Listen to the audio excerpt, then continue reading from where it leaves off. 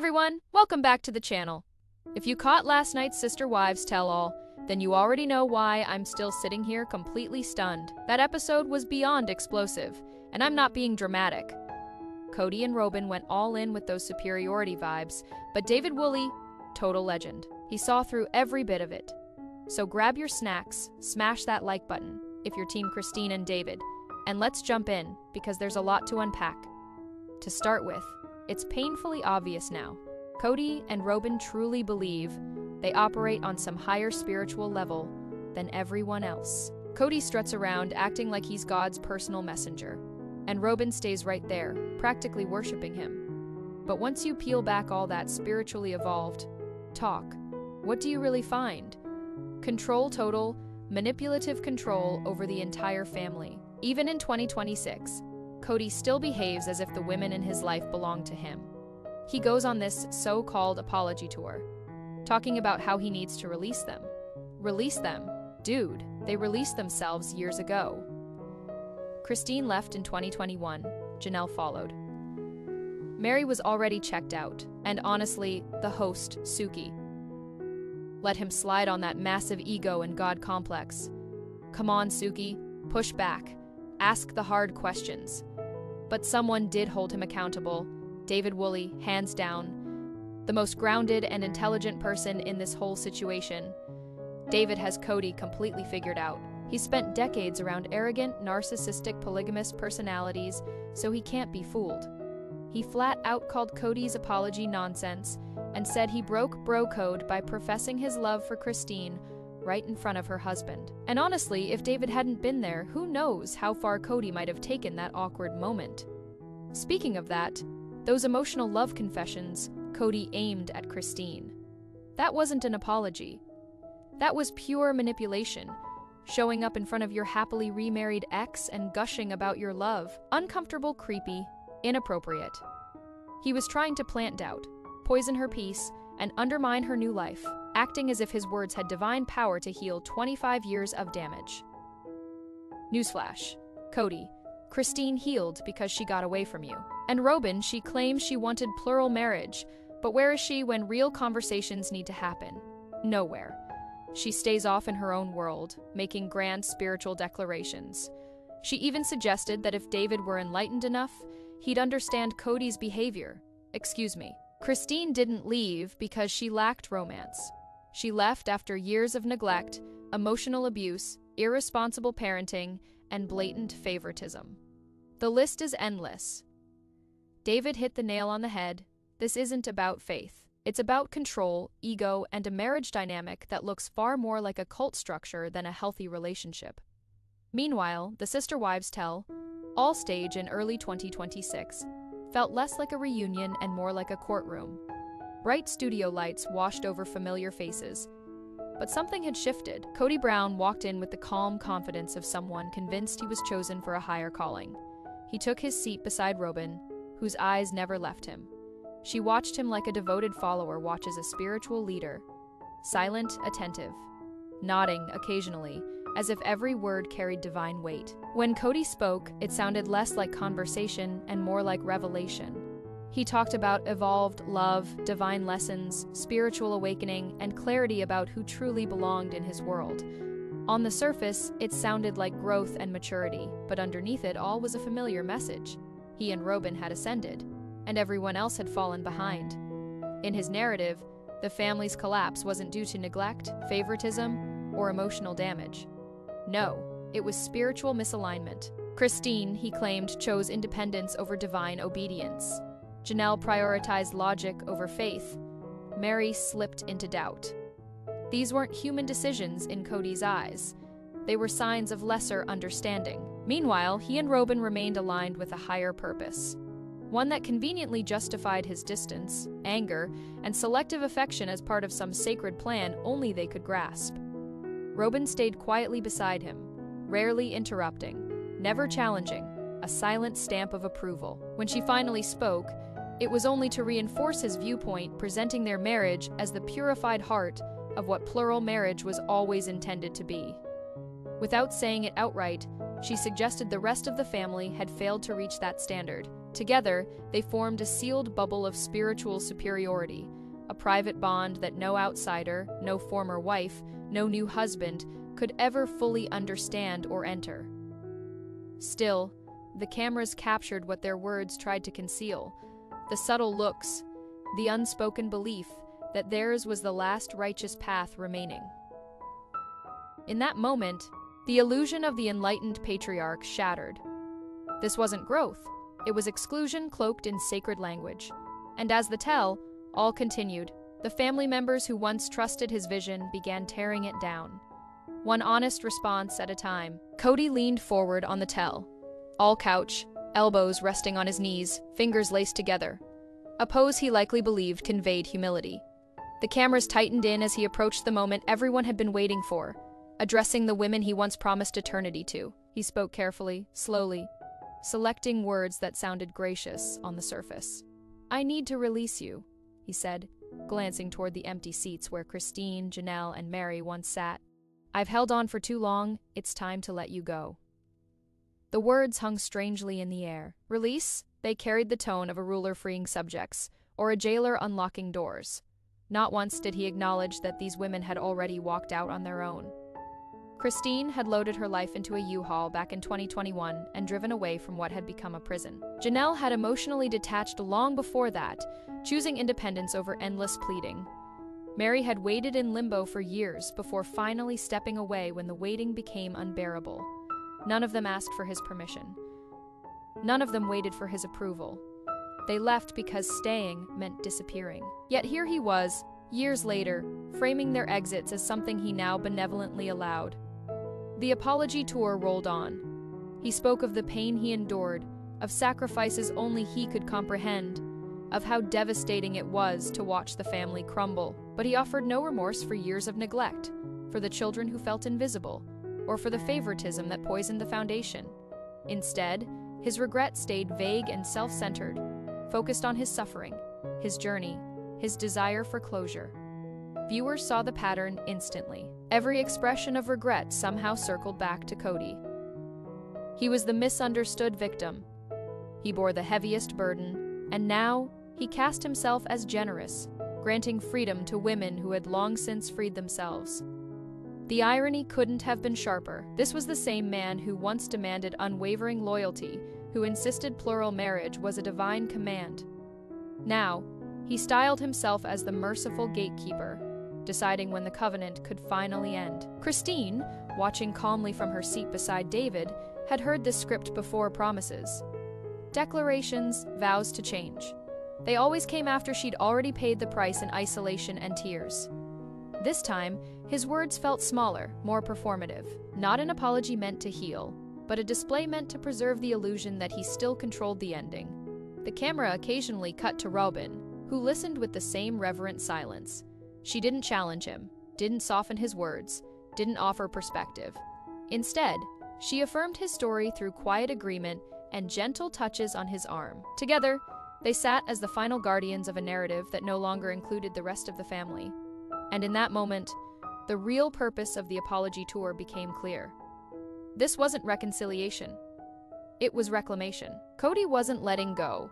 He was rewriting the exit, reshaping the story so that even in absence, the women remained tied to his legacy, released only because he decided the time had come. Across from Cody, under the harsh glare of the studio lights, sat Suki, her notepad resting neatly against her knee, her expression carefully neutral. She'd moderated these tell-alls for years, skillfully navigating emotional breakdowns, heated confrontations, reconciliations, and explosive moments with the practiced instinct of someone who knew exactly when to push and when to ease back. But tonight, something felt different. The rhythm was off. Her questions were cautious, controlled, almost gentle as Cody layered on another chapter of his story. How he had suffered quietly, how the family's decisions had deeply wounded him, how everything he'd ever done was for their good. Suki nodded lightly, offering follow-ups that invited him to expand rather than ones that demanded accountability. "Do you think the others finally understand your perspective?" she asked at one point. Her voice soft, encouraging reflection instead of challenge. Cody seized the opening. He spoke at length about being misunderstood, about how his ex-wives had viewed his actions through lenses clouded by pain rather than faith. He described the spiritual toll he had paid, the loneliness of carrying a vision no one else could fully grasp. His words flowed uninterrupted. No one asked why that vision left so many children feeling abandoned, or why emotional and financial resources consistently flowed in one direction. Suki let the monologue breathe. She didn't confront the contradictions. She didn't revisit Christine's quiet admissions earlier in the season, years of being told her needs were excessive, or Janelle's matter, of fact accounts of raising kids largely on her own while Kody stayed elsewhere. The absence of challenge was unmistakable. Viewers felt it instantly, that missing heartbeat of direct, fearless questioning that once defined these tell-alls. Where was the pushback when Kody claimed he loved them all equally? Where was the reminder of footage showing him brushing off Christine's pleas as drama, or framing Mary's loneliness as her own fault? Suki's restraint left room for Kody's version to dominate, allowing his God complex to expand unchecked. He sat taller, his confidence reinforced by the silence, a man still performing authority amid the ruins. Robyn stayed beside him, composed, offering the occasional validating glance. She didn't clarify or soften anything. She simply bore silent witness to his righteousness. The dynamic on the couch felt less like dialogue and more like a sermon, one delivered to an audience already deemed unworthy of full response. As the segment dragged on, the camera occasionally found Christine calm, grounded, her hand resting lightly in David's. There was no visible anger, no tears, only the quiet stillness of someone listening to a story they had already survived. Suki shifted to the next topic without truly examining the one before it. And in that subtle decision, the host became part of the illusion, allowing the arrogance to rise unchallenged beneath the studio lights. At home, viewers felt the weight of what went unsaid even more heavily than what was spoken. But David Woolley hadn't come to perform. Seated beside Christine, he carried the relaxed presence of a man who had already made peace with the past and felt no need to reshape it.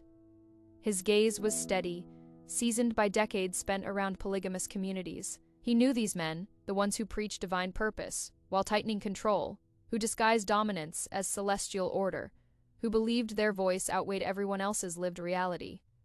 David had grown up observing them, listening to their sermons, watching arrogance hide behind scripture.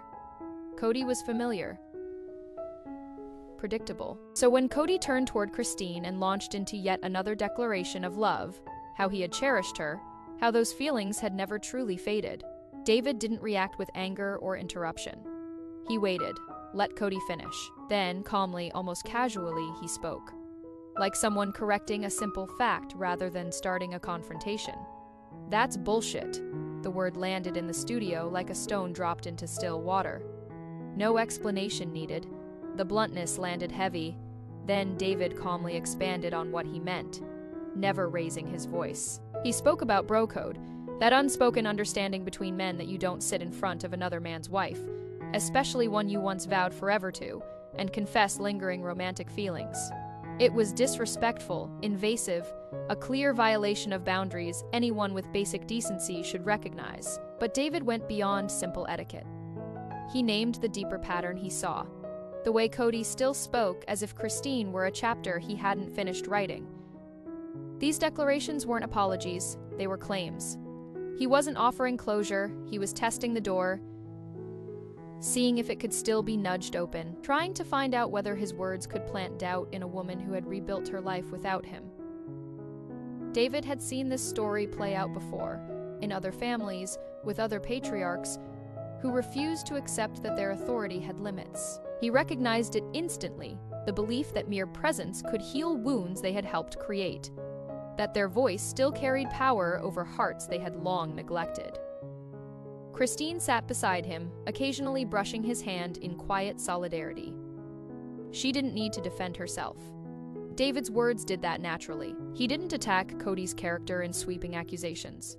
Instead, he pointed to precise actions, exact moments unfolding on that very couch, and with that, the spiritual facade crumbled. What Kody framed as evolved love, David called manipulation. What Kody labeled regret, David named ego. The camera caught Kody's expression in the silence that followed. jaw clenched, eyes narrowed, the flicker of a man unaccustomed to being confronted so directly. Robyn shifted slightly beside him but remained silent. For once, the narrative no longer belonged only to them. David had stepped into the frame, not as an outsider shouting from the sidelines, but as someone who had seen this script before and refused to let it run unchecked. In that moment, the tell all tilted. The man who had spent years shaping the family's story now found himself defined by someone else's clear-eyed account. David wasn't there to destroy Kody. He was there to protect what Christine had built. And in doing so, he exposed just how fragile the illusion holding the old family together truly was. Then, Kody turned slightly toward Christine, the movement deliberate, almost performative. Studio lights caught the furrow in his brow as his voice softened, slipping into the intimate tone he once used in private moments, back when those moments still existed. "I loved you, Christine," he said. "I loved you deeply. That never stopped. Even when things got hard. Even when we fought. Even when you left. Those feelings were real. They still are."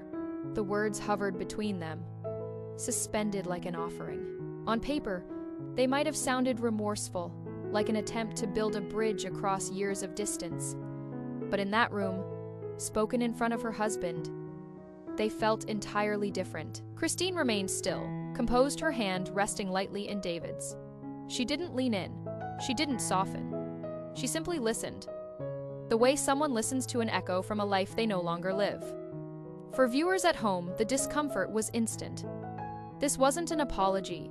An apology names harm. It owns specific failures, the nights spent elsewhere while children waited, the promises broken season after season, the slow drip of favoritism that reduced a plural family into a hierarchy of one.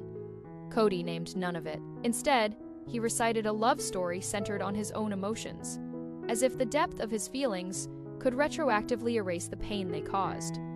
He painted memories in warm colors.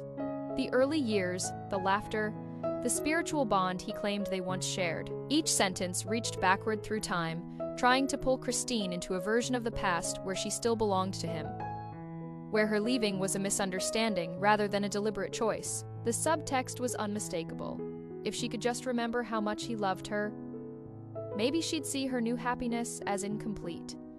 Maybe she'd believe the wound he left could still be healed by his words alone. David's jaw tightened, almost imperceptibly. He didn't interrupt, not yet, but his silence spoke volumes. Christine offered no encouragement, no tears, no nod of agreement. She had heard these declarations before. Always after the damage was done, always on Kody's timeline. Those words had never arrived when she begged for reassurance, when she asked why she felt invisible, when she pleaded for the equality that never came. Now, they were delivered on national television, framed as generosity. Robyn watched quietly from beside Kody, her face composed, her eyes moving between him and Christine. She didn't speak. She didn't step in to soften or contextualize the moment. Her silence felt like endorsement, as though this display of lingering affection was not only acceptable but somehow spiritually justified. When Kody finally paused, perhaps expecting a response, Christine offered nothing beyond a small, polite acknowledgement. She didn't dispute his love. She simply let it rest there, unclaimed. In that restraint was the most powerful answer of all. His words were not healing balm for old wounds. They were salt, sprinkled with the casual assumption that he still had the power to reopen them. The camera lingered on her face for a long moment, calm, steady, wholly her own. She hadn't come to be reclaimed. She came with her husband beside her to close a chapter Kody still insisted on narrating. And in refusing to follow the script he offered, she made one truth unmistakably clear. Whatever his love once meant to him, it no longer held authority over her heart. What he spoke wasn't an apology. It was an audition for forgiveness he hadn't earned, for relevance he no longer possessed, for a role in her life that had ended long before he decided to rewrite the final scene. Meanwhile, Robyn Brown wasn't on the tell. All couch that night. She hadn't been present for most of the family's raw, unfiltered conversations over the years either.